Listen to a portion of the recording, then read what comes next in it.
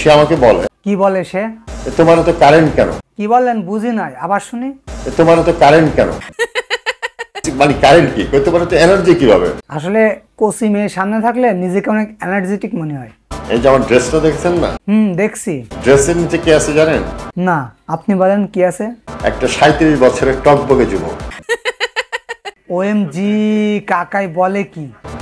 আমি মনে করি যে আমি 37 বছরের টকবগে যুবক। তা তো করবেন, তা না হলে তিশা কি এমনি এমনি আপনার সাথে থাকবে কাকা? আবার ভাতিজা অনেক যারা আছে ওরা আমার সাথে পারে না। কি পারে না কাকা? দেখে বলে যে আপনি তো অ্যাক্টিভ কিভাবে? তুমি কিসে অ্যাক্টিভ কাকা? কিছুই তো খোলামেলা ভাবে বললে না। তোমার কথায় তো অন্য কিছুর গন্ধ পাচ্ছি। তো যাই হোক, পাবলিক প্লেসে তো সব বলতে না, এই জন্য আর কিছু বললাম না। আপনি তো অ্যাক্টিভ কিভাবে? তোমার লজ্জা না থাকতে পারে, কিন্তু আমার তো লজ্জা আছে, তাই তোমার গোপন কথাটা বললাম না। এই অপমান আমি সহ্য করব না। আচ্ছা তিশা আপু, তুমি মুস্তাক কাকাকে কিভাবে এত এনার্জেটিক বানালে? পুরুষ একটা নারী ভালোবাসে, নারীর যত্নে। মুস্তাক কাকাকে তার মানে তুমি অনেক ভালোবাসা দিয়েছো?